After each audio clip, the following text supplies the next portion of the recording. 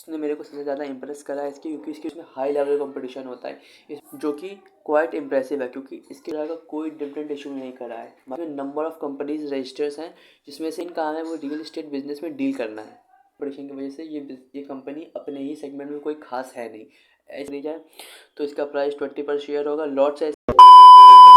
Hello guys, welcome back to the channel और आ चुके हैं आपके बीच में फिर से एक नई वीडियो को लेके। तो आज हम लोग बात करने वाले हैं नए आईपीओ के बारे में जिसका नाम है SVS वेंचर्स। सो बिना टाइम वेस्ट किए वीडियो को शुरू करते हैं। SVS वेंचर्स जो है वो सबसे पहले इनकॉर्पोरेटेड हुई थी 2015 में और इसका जो मेन काम है वो रियल एस्टेट बिजनेस में डील करना है। तो जैसा कि आपको पता है कि रियल एस्टेट बिजनेस का जो सेगमेंट है वो अपने में ही बहुत ही बड़ा सेगमेंट है और इसमें हाई लेवल कंपटीशन होता है। इसमें नंबर ऑफ कंपनीज रजिस्टर्स हैं जिसमें से एक SVS भी है। जैसा कि मैंने एक इसके ऊपर आईपीओ की वीडियो और बनाई थी पुरानिक बिल्डर्स के नाम पे, जिसमें मैंने आपको समझाया था किस तरीके से रियल एस्टेट बिजनेस में कंपटीशन है। सेम वैसे ही ये कंपनी भी उसी मेन काम है वो कंस्ट्रक्शन और डेवलपमेंट करना है, विलास का, होटल्स का, इन सब का काम करना है। जो कंपनी मेन डील करती है वो रेसिडेंशियल और कमर्शियल प्रोजेक्ट्स को बनाने में करती है और इसका जो मेन ऑपरेशन होता है मतलब मेन ऑपरेटेड करी जाती है अहमदाबाद और गुजरात से। था इसका हिस्ट्री और इसकी बिजनेस मॉड्यूल। और अगर बात करी जाए इसी के सेगमेंट की तो जैसा मैंने आपको बताया हाई कंपटीशन की वजह से ये कंपनी अपने ही सेगमेंट में कोई खास है नहीं। ऐसी सेम आपको कई सारी कंपनियां और देखने को मिलेंगी जिनके आईपीओ पहले ही आ चुके हैं और जो कि पहले लिस्टेड है या फिर आने वाले हैं।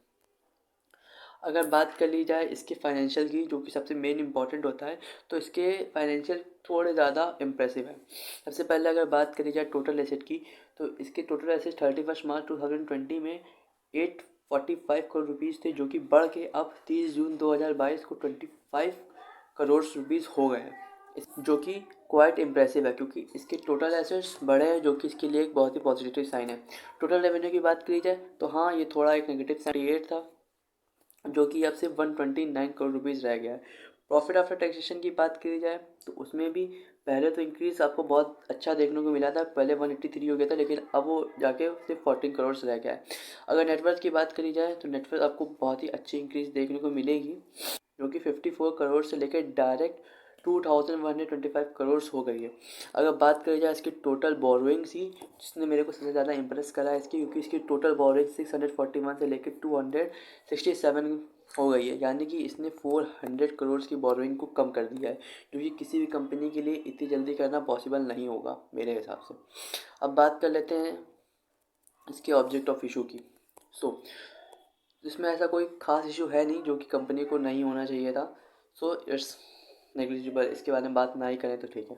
अगर आईपीओ डिटेल की बात करी जाए तो ये 30 दिसंबर को आएगा और जिसकी लिस्टिंग 4 जनवरी तक चलेगी। फेस वैल्यू की बात करी जाए तो 10 पर शेयर के हिसाब से आएगा। प्राइस की बात करी जाए तो इसका प्राइस 20 पर शेयर होगा। लॉट साइज़ की बात करी जाए तो 6000 शेयर्स देखने को मिलेंगे।